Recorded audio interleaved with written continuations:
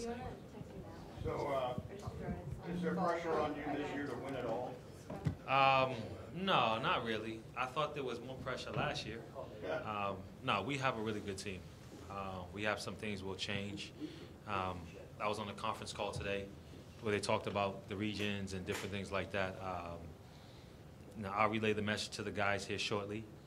And, from our talks, I think we'll do some revamping of the roster. Add a couple pieces, might subtract a couple pieces, but I like what we have. And one thing I can tell you is that our guys can't wait. Talking to our text chain, and a lot of trash talking goes on, but a lot of good stuff though. Like Kraft and Lighty, Diebler, Buford, Sully. These guys can't wait to come back and play in the TBT because we felt like we left it on the table last year. Are you in charge of making sure no jerseys are stolen? I really don't have to worry about that because the TBT, they kind of handle that. Right after the game, they take the jerseys, they clean them or do whatever they have to do. No, I'm talking about the NCAA Tourney. I'm leaving that alone. I don't have nothing to do with the jerseys. I don't want them. That's all up to Eric, the equipment manager. I don't know. They never blamed it on Wes when I was in school. What happened to my jersey? So to this day, it's still a mystery. Not on eBay? Listen, I know there was some shirts sold on eBay, but I don't know if it was the official game jersey. But damn, Bob, you had to bring that up? Like, that hurts. Because I hear that this time of year. But to this day, if there's something that I have not yet gotten over, it's that jersey and that game. Like, really, because I felt like we was going to win a national championship that year. Like, in my heart, I felt it. I knew when we got to the Final Four, that game, it was going to be either Ohio State or UConn. The winner of that game was going to win. I just felt it, and I just wasn't myself that day. So, yeah, that's a soft spot. Scoonie, since you've been there, and since you are now educating a group of players, many of them have not been in this situation. What advice do you give them? How do you go about trying to get them mentally? Because you got plenty of time. Yeah. How do you go about preparing? Well, we haven't really touched upon it too much. I didn't want to, get it started too early. But the guys understand. They worked hard because they wanted to be a tournament team. You have, JT and Kata, Cam. These guys really wanted a chance to play and have their one shining moment. But when I do talk to them about it, I will tell them like I told them for the Big Ten tournament in New York City. Like, when you're a kid growing up, there's certain things, if you love this game, that you want to be a part of. Like, in playing in the Garden was one of them, at least for me. Because you think about the Garden, you think of all the great performers and all the big games and all the best players in the world. When they played in the Garden, they played their best games. Well, it's the same for the NCAA tournament. When you started watching basketball, you watch March Madness. And you watch these buzzer shots, these national champions, and this is something you want to be a part of, well, this is your opportunity. Don't let it go to waste. And at the end of the day, listen, you're going to win games, you're going to lose games, but you're going to remember these games. I remember every tournament game that I played in. I remember how I felt and the results. So it's something that these guys will take for the rest of their life. So hopefully they can go on a run and, have some really good memories of being an NCAA tournament team. What is this year for the team? To be around this team, to have goals like that, what does this all mean to you? Man, it's meant the world to me. Like, I really enjoy it. Just being around Coach Holtman and the staff. I mean, I've learned so much. I already thought I knew everything about basketball. But, but being inside and game planning, just watching how, things develop, it was good for me. But just watching how these young men have played this year, the work they put in. Like, we've had hard practice all year. Coach Holtman doesn't let up on these guys, but watch the way they responded all season, and they worked hard, and just the good moments we had, especially for a team that had no expectations. I know a lot about that because it was just like our team before. There wasn't really any expectations. Then we start winning, and then the expectations fall upon you. How do you handle them? I think we did pretty good, but just being around the guys and the program has just been excellent. I've enjoyed it, and it's just fueling me. I want more. Like, I want to be sitting where Coach Holtman sitting one day. Are there any similarities between this team and your 1999 team? Because the year before, I think less than 10 wins. I know you weren't there, but do you see any similarities between the two teams at all? Yeah, they were both teams that didn't do well the year before. Although last year's team was much better than the team that played the year before, my team, with 8-22. But the similarities are there. You know, teams that were underdogs that weren't picked to do much, but took a lot of teams by surprise, and that you know, I guess band together and did some really good things. The chapter of this team is still yet to be written. You know, ours was great. We was able to go to the Final Four. We won a Puerto Rican tournament early in the season.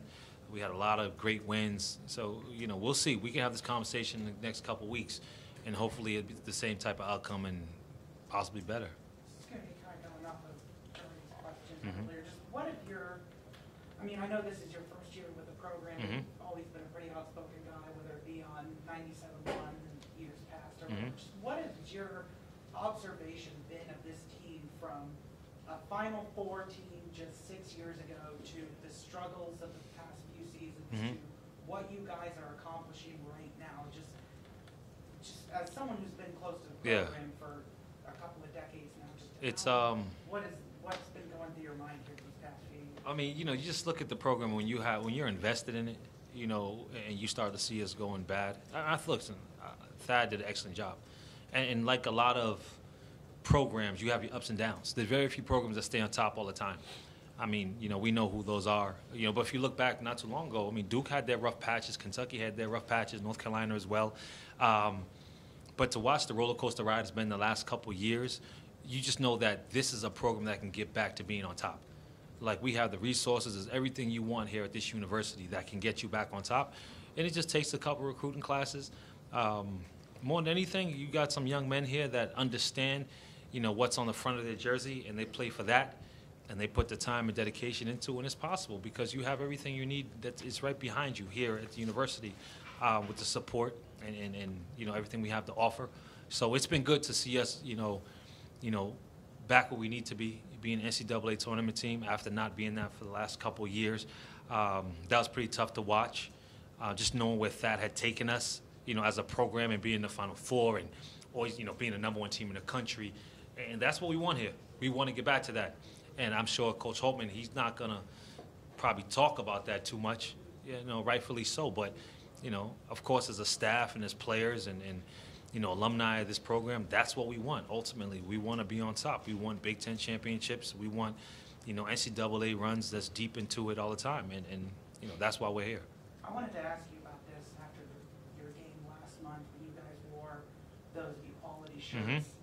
Coach Holtman said that was your idea. Just how much did that mean to you to be able to do that? You know, it's just such a big topic in society today of equality and all that stuff. And I know some people might prefer you guys to just shut up and dribble. Yeah.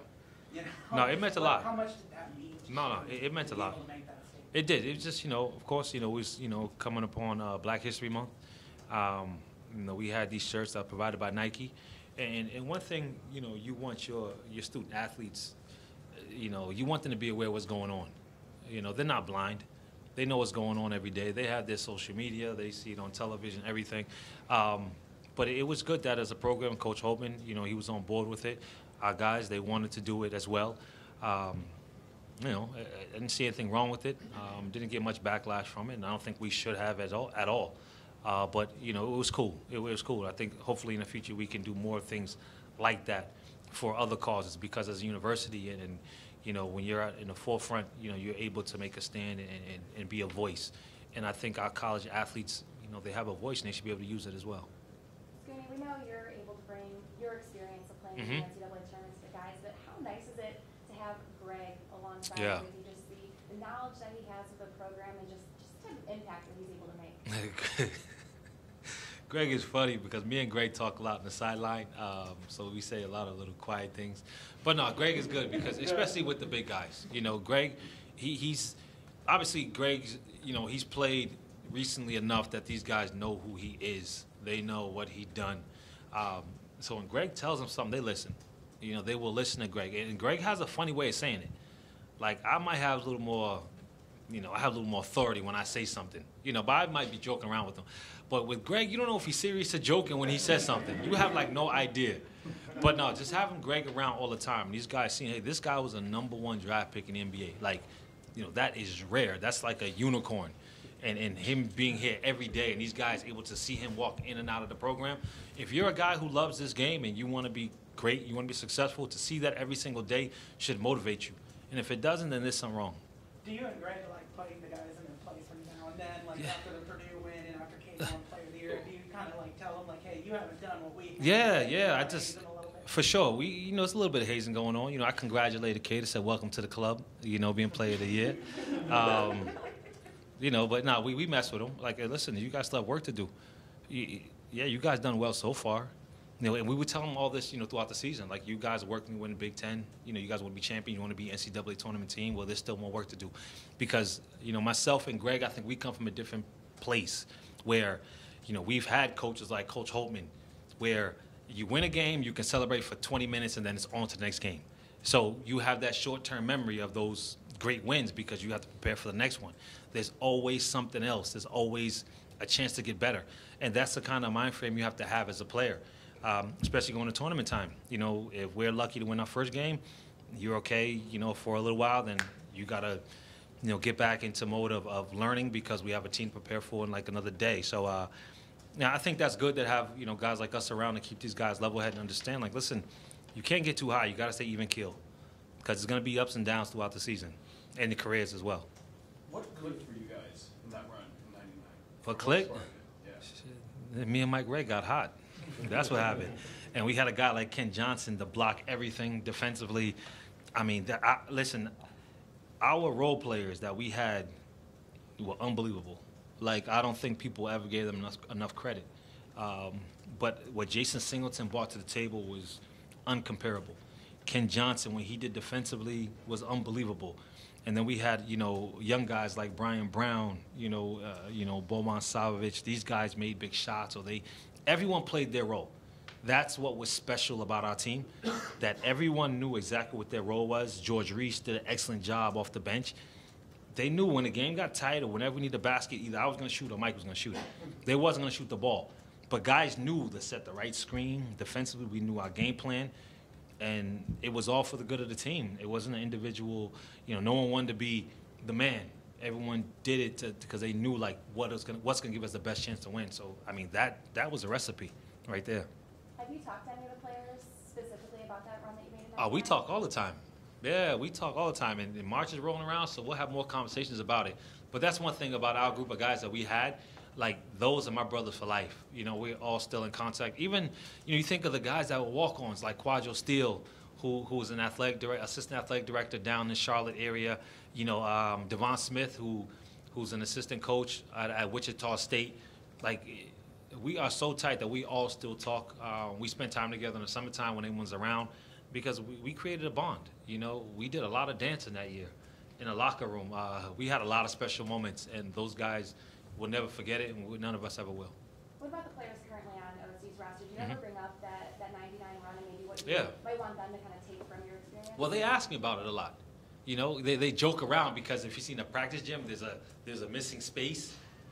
And so they try to be, they want to be funny, but like, well, you didn't go to Final Four because I don't see it anywhere. I said, don't trust me. I said, you can YouTube it, No, but they asked me about it, and I'm gladly telling them about it, how tough it was, but how fun it was. Because as a player, that's like your dream. As kids, we dream of course, everybody wants to be a pro playing in the NBA. But you dream about playing in college, and what do you dream about? Going to the Final Four. That's like the ultimate. To actually get there was one of the best things in my life. Okay. Good?